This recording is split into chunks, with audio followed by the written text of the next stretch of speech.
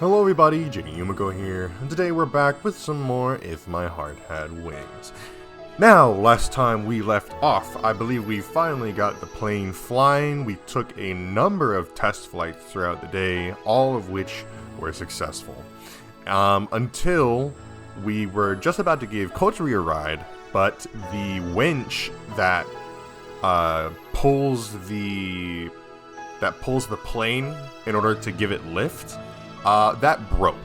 So we are going to have to figure out a way to get it fixed somehow, either getting somebody out there to fix it, getting a new one, or managing to haul that big ass thing somewhere to get it fixed. So we're gonna have to figure that out. But without further ado, let's jump right on back into it. Anshan got one of his contacts to repair the broken winch. Okay, well that was resolved very quickly. It was an old model and some other parts were worn out too. He said the repairs will take at least a week. We were so busy until yesterday, but now we suddenly had nothing to do. We were all completely devastated. It wasn't that we had absolutely nothing to do. I went back to the simulator remembering the feeling of a real flight, and Amani-senpai was facing the drawing board as usual. Kotari opened a book she borrowed from the library and was checking something. I'm back! I brought some ice cream. Ageha had to go shopping after losing a game of rock, paper, scissors with us. She just came back. She gave out ice cream to everyone. What are you reading, Kotari? Oh, nothing much. I'm doing some research about that morning glory. Our final objective isn't just flying after all. At some point, the test flight had become our objective, but that was really just a milestone. Reaching above the clouds was our true objective, and we wanted to do it this summer at that. After she finished distributing the ice cream, she slumped down in the chair and dug into her own. Really now? About this time we should have been in the middle of our test flights. It can't be helped. We can't fly without the winch. I replied, though I felt that the simulator just wasn't enough. Why don't you do your homework or something while you have the chance? I've already done it. Wow, that was quick. When did she find enough spare time to do that? You know, we haven't done any summer-like stuff at all. The summer festival ended before we even realized it. That's because we've been in the garage the whole time. If I had to pick something, I'd say that eating that watermelon here was the most holiday-like activity. I want to do something summer-like! Hey, let's go swimming somewhere! Where can we go? Pools and beaches are all jam-packed during this season. At the school pool. The swimming club was practicing like crazy. It seems like she saw them on the way back from the store and felt like swimming too. Oh, right. There's a place where we can swim. Ah, that spot, huh? As soon as she said that, I immediately remembered. Let's go swimming, right now! She got up energetically and turned to Kotari and Amani-senpai. I can't. It's impossible. Why not? Because I only have a school swimsuit. I don't even have that. When was the last time I had pool class, I wonder? If that's the case, we just have to go shopping. I was thinking Kotari was going to be like, I can't, it's impossible, because I don't have functioning fucking legs. But yeah, no, we don't have she only has a school swimsuit. And that's how, being pressed by a geha, we hurriedly decided to go swimming this afternoon. Well, there's nothing wrong with that, I guess. It was our long-awaited summer holiday, after all. We didn't get such free time too often, so we couldn't waste it on being disheartened. When the afternoon came, we stopped by the dormitory, since it was closer to our destination. Okay guys, you didn't forget anything. Alright, let's go then. Feeling like a leader of an excursion, I took everyone with me and we left the dormitory. Our destination was...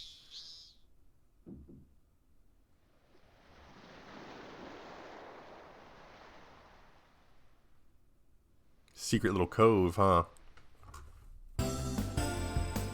Wow, there is such a place here. Even the locals don't know about it. It's a little known good spot. It was a swimming beach. Well, not really. It was just the shore of a lake. There was some sand beneath our feet. The water was nice and we could swim here. Just like Ageha said, it was a good place that people didn't know about. That's because it's encircled by forests and cliffs, so it can't really be seen from the surrounding area. This is an interesting place. Quack, quack. Hat happily flapped his wings when he saw the water side. I mean, when we were kids, we were exploring this area and we discovered it. This was our secret playground. Quickly now, let's get changed and go swimming. She got excited from looking at the water side, just like Hat. If we go over there, we won't be seen from anywhere around. Said Ageha as she pushed Kotsuri's wheelchair along. Otherwise, Kotsuri wouldn't have been able to move on such a sandy surface. Aoi-kun, you can't come over here. I get it. Jeez, they're making such a fuss. Quack, quack. You're a boy too, so you wait over there. She tossed Hat out back to where he was before. Well then, I'll go get changed as well. Even though I said I'll get changed, taking my clothes off is all I had to do. I was already wearing my swimming shorts. Quack, quack. Hat seemed really eager to go swimming.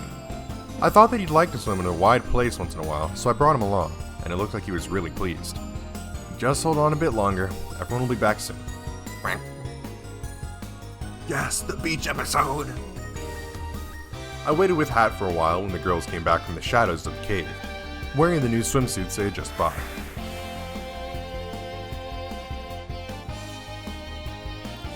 Ta-da!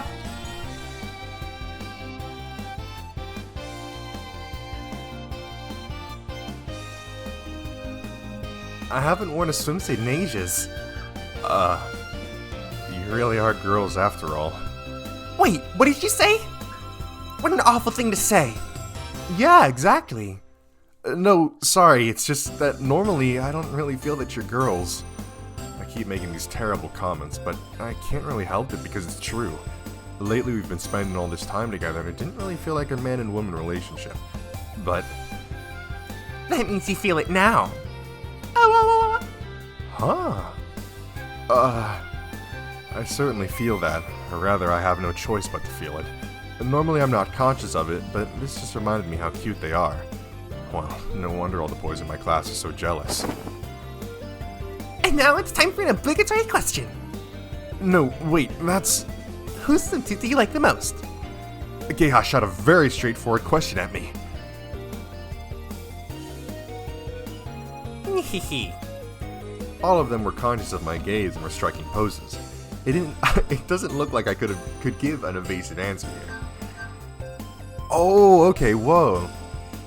So I can say, why can't I say none of them are Amane? That's interesting right there.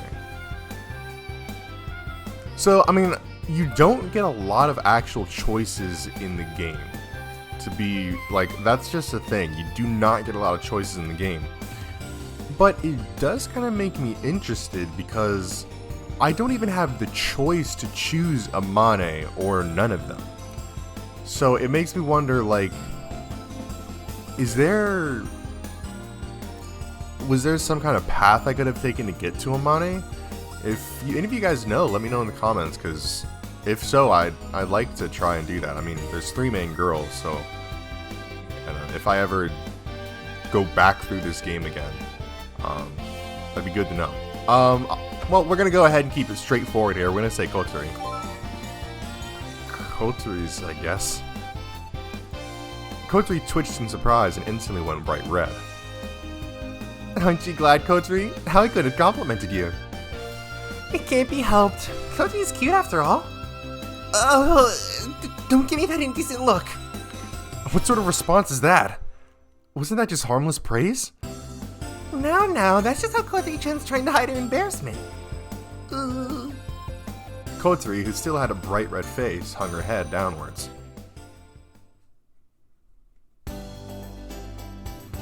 The no-holds-barred question time ended without incident, and now it was finally time to go swimming. After finishing my warm-up, I started inflating the swimming ring. I don't need that. I'm not a kid. No way. I'm worried you drowned. That's right. Accidents in the water are scary, you know. I don't need something like that, though. Pretty soon you'll be glad that you have the swimming ring from the bottom of your heart. I whispered suggestively, and Kotsuri stared at me with suspicion. Alright, finished. I put the inflated rubber ring over Kotsuri's head. Hold on tight. Make sure not to let go of it. Yeah? Well then, let's go. Ageha and I picked up Kotsuri together. Whoa, wait, where are you taking me? Even though the water side was close by, we headed in a completely different direction. It's fine, it's fine. Yeah, we're gonna throw her off. Like that, we climbed on top of a big rock that was underneath the cliff. Apparently, Kotri was slowly realizing what we had in store for her. What are you planning to do? Relax, it's really deep down there. So, what are you... Even if you plunge into it as deep as possible, you'll be fine. With big grins on our faces, we swung Kotri's body like a pendulum. No! Murderers! Here we go! Oh, that's me. Here we go. 1, 2, and 3! yeah! We flung Kotri with all our strength, and she flew through the air with a beautiful arc. Splash! The water spray looked like a torpedo explosion. Oh! Quack! As expected from someone like Kotri, her leap sure was showy.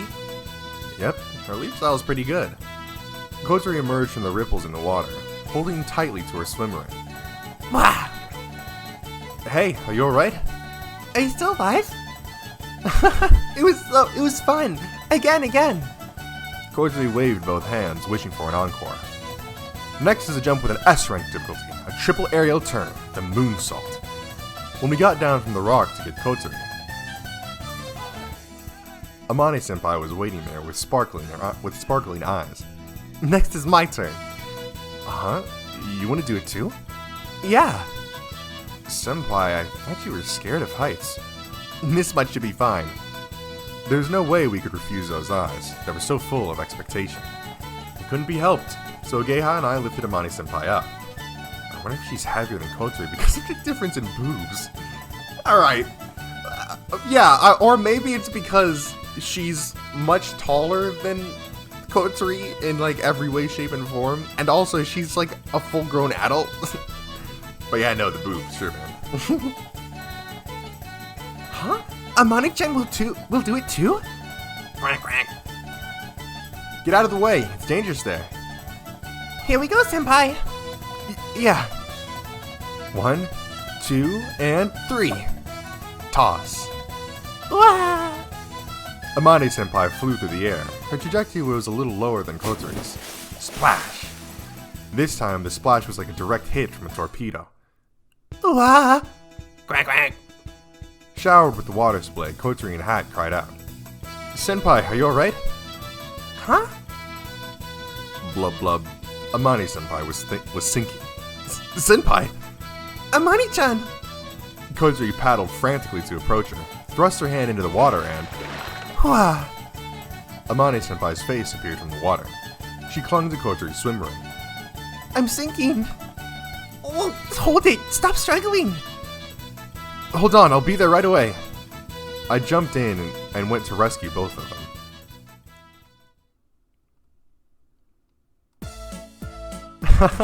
I thought I was gonna die. I totally forgot that I can't swim. That's not a laughing matter, Amane-chan. Why did you want to do it even though you can't swim? Because Kotri looked like she enjoyed it so much. Also, I thought it might be good training for my piloting skills. I don't think it would help with that. I want to do it again.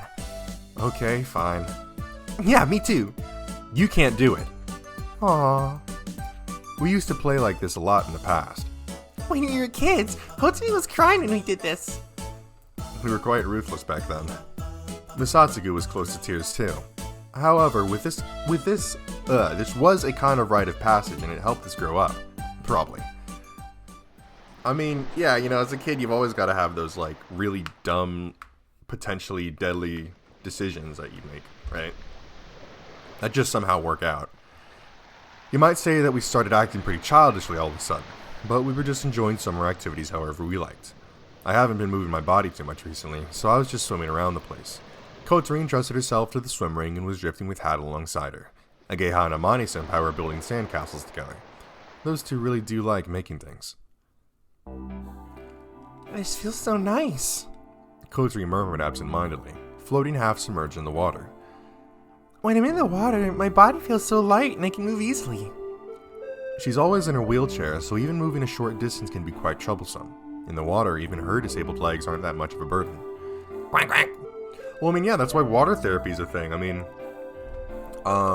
like, it's like, I think that's the reason that they do it, is that, so you can, like, keep, the limb, like, I think specifically for, like, legs and stuff, so you can keep them moving and kind of active, because obviously when you're in water, you're not, like, having to put any real kind of strain on them. It's a lot easier to do that. Hat was in a good mood too, since he could swim to his heart's content.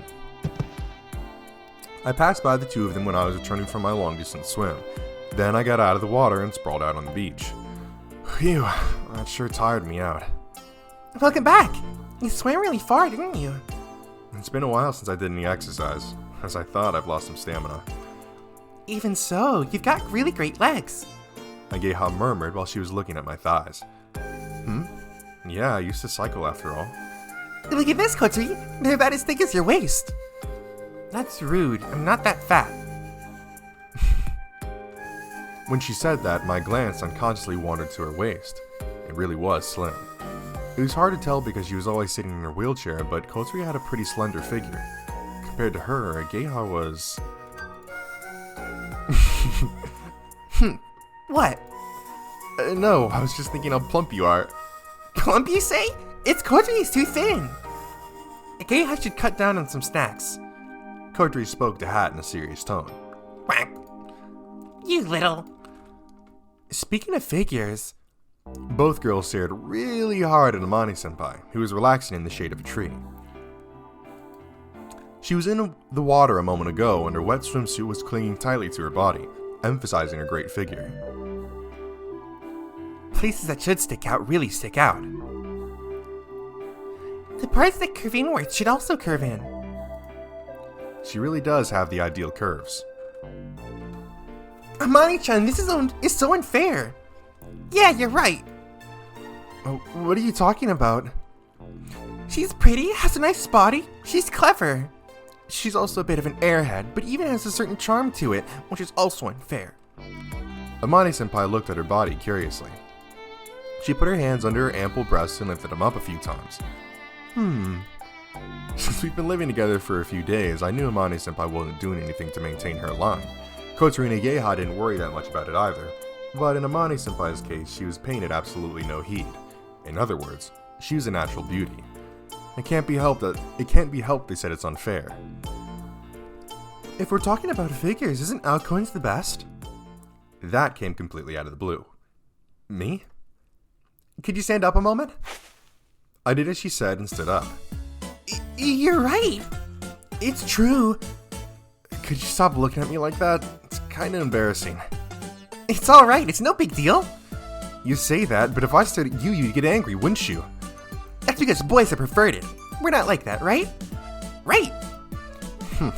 So they think it's okay just because they're girls? Even though he's quite slim, he has a good physique. It just somehow feels like a good body. Don't say weird stuff. Hey, come over here. I went towards beckoning Kotori. Can I touch it a bit? Sure, but don't touch any weird places. Kotori poked my arm muscles with her fingertip. Hey, try testing it up. I did as she said. No way, what the hell? It's so hard. Let me see. It really is. Oh, so it can get this hard? Oh shit, no, I didn't mean to skip. I skipped so much. Okay.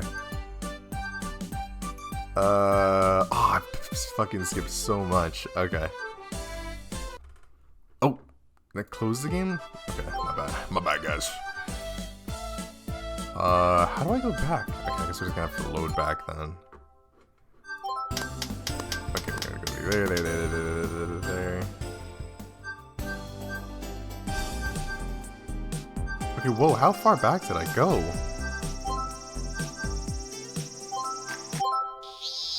Okay, let's try this now. I really feel like they should have had, like a better... I feel like you should have been able to, like, kind of wind it back. Maybe there is that. Maybe I'm just being fucking retarded, but... yeah, I do feel like that should have been a thing. And I've got to time it really good.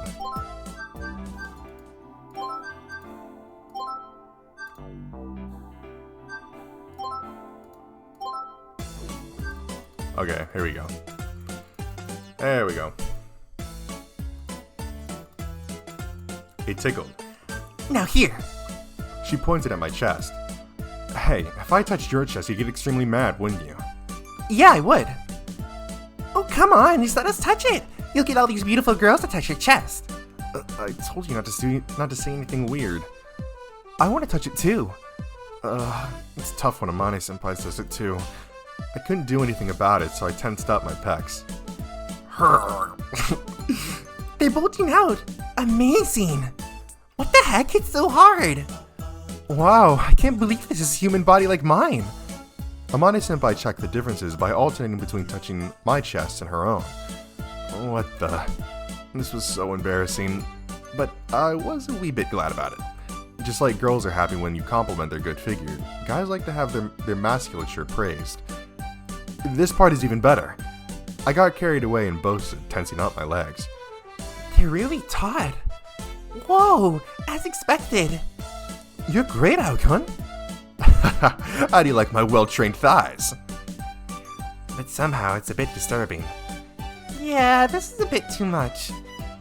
If you hit someone with these, they would make for a fairly deadly weapon. What's wrong, Aokun? Nothing. I'm gonna go swim a bit.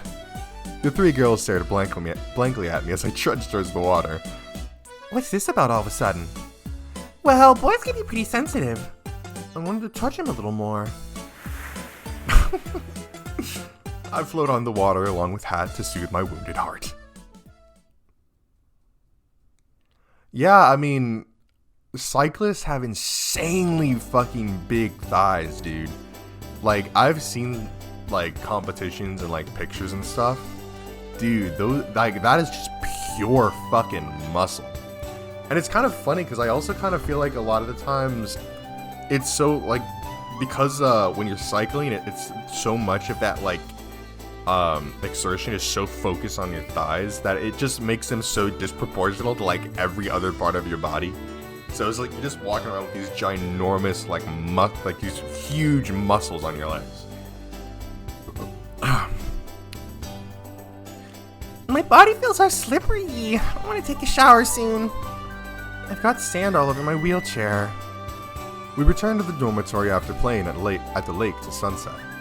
That was so fun. Quack, quack. I see. You had fun too, Hat. Amane-senpai said to Hat with satisfaction. I was worried that swimming in the lake might not be to Senpai's liking, but she enjoyed it even more than we did. When we passed the gate while chatting lively, we saw someone in the front of the door. Kozuri-chan. Hibari-ne. It was Hibari-san. What a relief. There's no one here and I don't have a key. I called your cell phone, but you didn't answer. Sorry, I didn't notice. Whoa! Kozuri groaned when she looked at the call history on her cell phone. She had an unbelievable amount of missed calls from Hibari-san. Oh, I was so worried about you. Where did you go, Kozuri-chan? Sorry, I went to swim at the lake with everyone. Swim? Hibari-san looked at Kozuri in puzzlement. It looks like Kozuri going swimming was completely unexpected. Oh, I see. We didn't think that Hibari-san would come today. It's also quite sudden, but usually we or Kaneko-san are in the dormitory. However, Kaneko had been back at her house since yesterday. Everyone was now on the Obon holiday. I unlocked the door. Please, come on in. No, that's all for today. I have to go already, she said, then looked back at Kozuri. Kozuri-chan, you aren't coming back, right? Yeah. Mom and Dad really wanted to see you. No, I'm not going back. It's more fun here. Kozuri-chan. I guess you're right. You've made so many friends here. I'm sorry, Hibari-ne. No worries. Call me later, okay? Yeah, got it. Minase-san, please take good care of Kozuri-chan. Yes, I'll certainly look after her. So please, don't concern yourself about this matter as you return home. Jeez, that's so formal. Good lord. What's with that looking after me? Grumbled Kozuri. Also, I've got this for you. Pa! She took out a huge styrofoam box and opened the lid. Inside was... Oh, it's meat. I received it as a Bond Festival gift. Go ahead, eat this for everyone. As expected from Hibari-san. Me. This was the second time Ageha and Amani met with Hibari-san. Since we started our training camp, Hibari-san has come to the dormitory a few times. Well then, I'll be going, Kotori-chan. Yeah, see you. Say hi to Mom and Dad for me.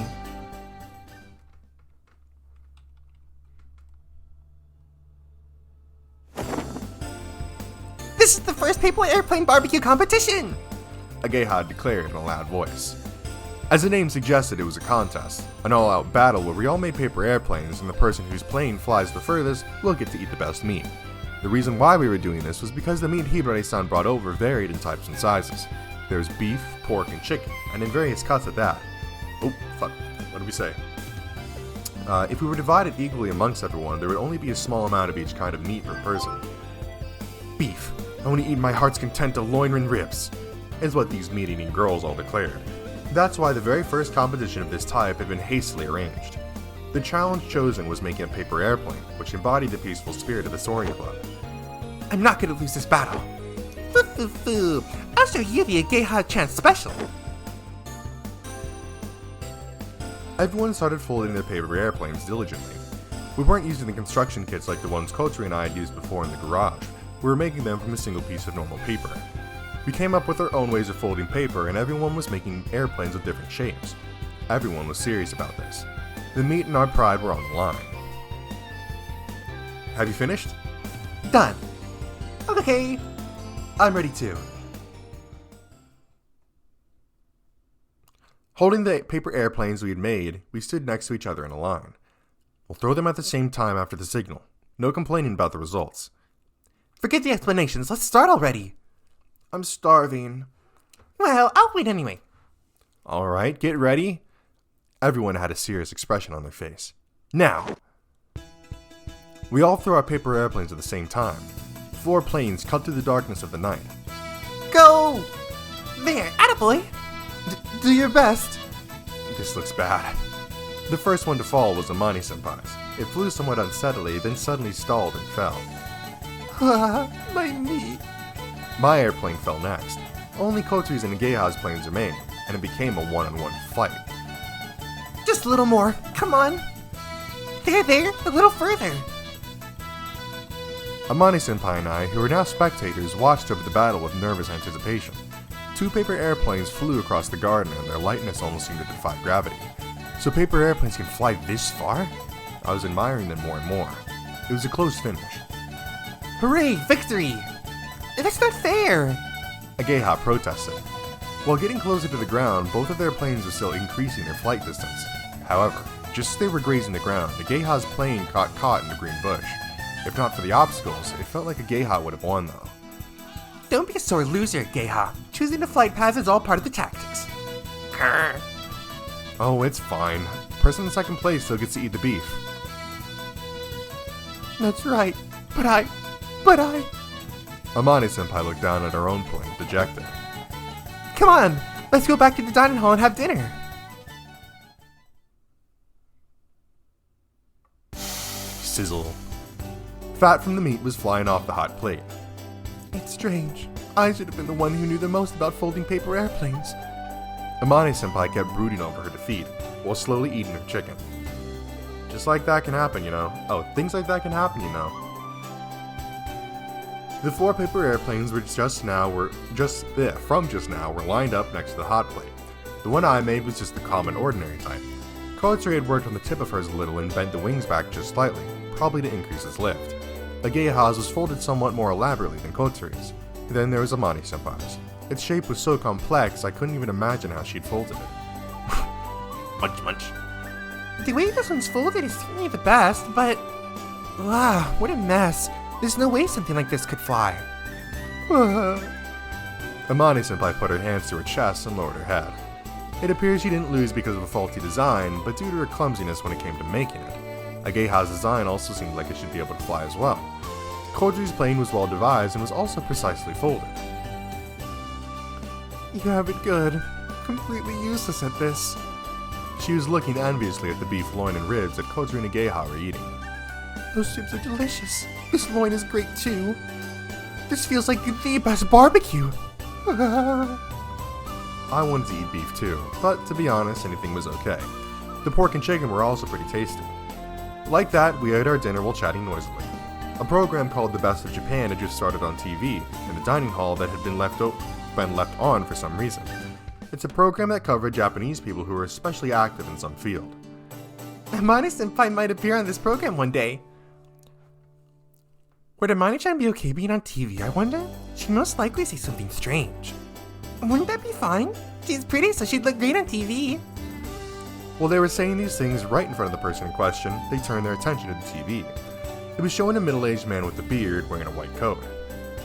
Ah, I know that guy. He invented the technology to create biofuel for some kind of bacteria, if I remember correctly. A lot of inventors are weird. Aren't they called eccentric oddballs? I've seen this guy on TV several times. Aside from what Ageha just mentioned, he also developed various technologies that are applied to things we use in our everyday lives. He was pretty unusual, a kind of eccentric oddball as Kotori put it. However, at the same time he was famous for his frank speeches. When he dealt with complicated environmental issues and such with one simple statement, it was quite thrilling to watch. I like this guy. He comes across as a bit of a klutz, but he's quite charming. Munch munch. You're right. He kind of resembles someone we know. Who could that be? Ah, it's my dad. Senpai, who had been focused on eating, casually raised her head and muttered that. Huh? Who is? There, he's right on TV. Everyone shifted their attention to the TV again. On the screen it said, Inventor Mochizuki Takashi-sensei. Mochizuki? Huh? No way. That reminds me, the other day she'd said her dad was an inventor. So that man is Senpai's dad? Yeah, that's right. Is it weird? Rather than weird, how should I put it? He was really famous. Everyone looked at the TV in blank amazement, then compared what they saw with Amane-senpai happily biting into her fatty pork. Fatty pork really goes well with wasabi-flavored soy sauce. Ah, there! That was Amane-chan. Behind Takashi-sensei, who was being interviewed, we caught a glimpse of a girl in a white coat. That was when I went to help my dad with his work. I remember now. I was excited because people were filming the event for the TV show.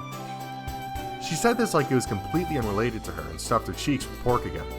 The invention my dad is introducing is something that I designed. I knew about the invention that Takashi-sensei was so proudly describing.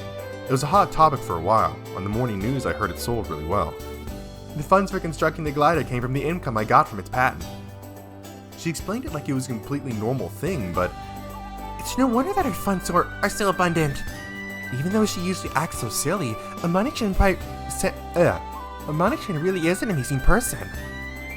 I've been around her all the time recently, so I came to think that she was just a strange girl, but she really is an incredible person after all. I turned a little pale when I wondered if it was alright to throw someone like that under the water off the top of a rock. After I quit, I'll be going to the laboratory to help my dad with his work. Huh. I've been repeating the same year for so long that it's caused quite a lot of problems for him. Once again, the figure of Amane-senpai helping her father showed on the screen. She's beautiful, so she looked great on TV. However, we were no longer making a fuss about it. It all seemed strangely real now. It showed how Senpai would look after she quits the school. Amane-chan, here. Kotori put a piece of well-grilled beef rib on Amane-senpai's little dish. Can I? Have this too. Ageha gave her some beef loin. Thanks! Yay, beef! Since the topic of her leaving school had unexpectedly come up, the atmosphere around the dinner table became solemn. Yeah, well, she's been here for Lord knows how long, so I think it's about time she headed back. Alright, I think we're going to go ahead and end off there. That was a pretty solid piece. Yeah. So let's go ahead and save. Title, yes. Okay. So a bit of a shorter episode than usual, I feel like. But yeah, I mean, nothing really all that interesting happened. Definitely just kind of a filler thing. But as the fact that they kind of ended it off with the mentioning of, hey, like, Amane is going to end up quitting the school and she's going to go and, like, do her own thing now. definitely is going to be, kind of leading us back into getting on the grind, right? Getting test flights and eventually getting above the clouds. So that's definitely where we're going to head next episode here. But it is kind of interesting because, I mean, that would basically mean Amane Senpai is a fucking well-achieved inventor, right? But again, it's just this weird obsession that she has with flying in specifically the Soaring Club. So it kind of makes you wonder why she, why is she so obsessed with this club? Who is Isuka? Who the hell is that? And what is their connection with Amane? Why is this so important to her? So, there's still a lot of questions that need to be answered. And who knows if they're going to be answered anytime soon. But, yeah, also, I do want to let you guys know I have a bunch of new games from the winter sale that recently went on with Steam. So I got a lot of new games that I'm looking forward to playing on this channel with you guys. But yeah, really not much to say. We just had a nice, fun little time at the beach, had some meat, really just enjoyed our summer. Because it's probably going to be the last summer that we're all really going to get to spend together. Although, it's one of those things where I feel like that's kind of always the big thing with when you're in high school. Like, oh, well, after high school, we're all going to go our separate ways. We're never really going to get to see each other again. But I mean, that's not really the case most times. Like, I'm across this fucking country from my friends that I had in high school, but I always try and make it out there at least one or two times a year to go visit them. So it's certainly not the end of things, but yeah, it's definitely going to be different completing high school. Or, I guess this is technically high school. But yeah, it's definitely going to be different to complete the high school, to participate in the club, and potentially get new members in it, all that stuff without her. But yeah, that's going to be it for this time. I hope you guys enjoyed. If you did, make sure to leave a like on the video and tell me in the comment section below what you'd like to see me play next. If you enjoyed this video or any of the videos or series on my channel, then I highly recommend that you hit the subscribe button and turn on post notifications so you'll be notified when a new one of these videos comes out. Anyways, that's it from me, and I'll see you in the next one. Peace!